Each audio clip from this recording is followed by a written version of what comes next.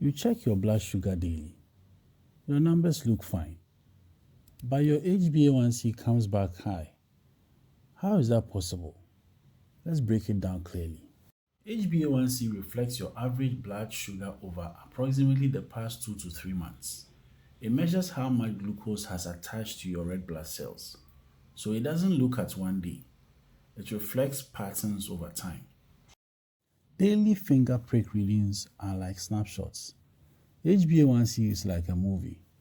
If you only check fasting sugars, you may miss what happens after meals or overnight.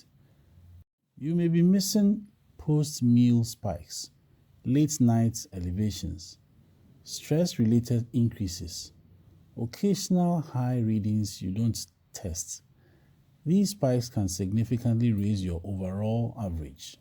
If you only check once a day at the same time, you are seeing only one piece of the picture. Blood sugar changes throughout the day. Even if your fasting numbers look fine, blood sugar may rise during the night without you realizing it. That contributes to HbA1c. HbA1c also depends on how long your red blood cells circulate. Certain conditions can influence the results. That's why interpretation should always be done in context.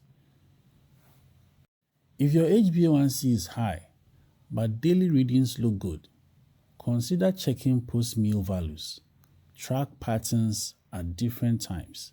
Review medication timing. Discuss trends with your doctor. HbA1c tells the broader story. Daily readings are snapshots. Both matter. Clear facts, no fear, no myths. Subscribe.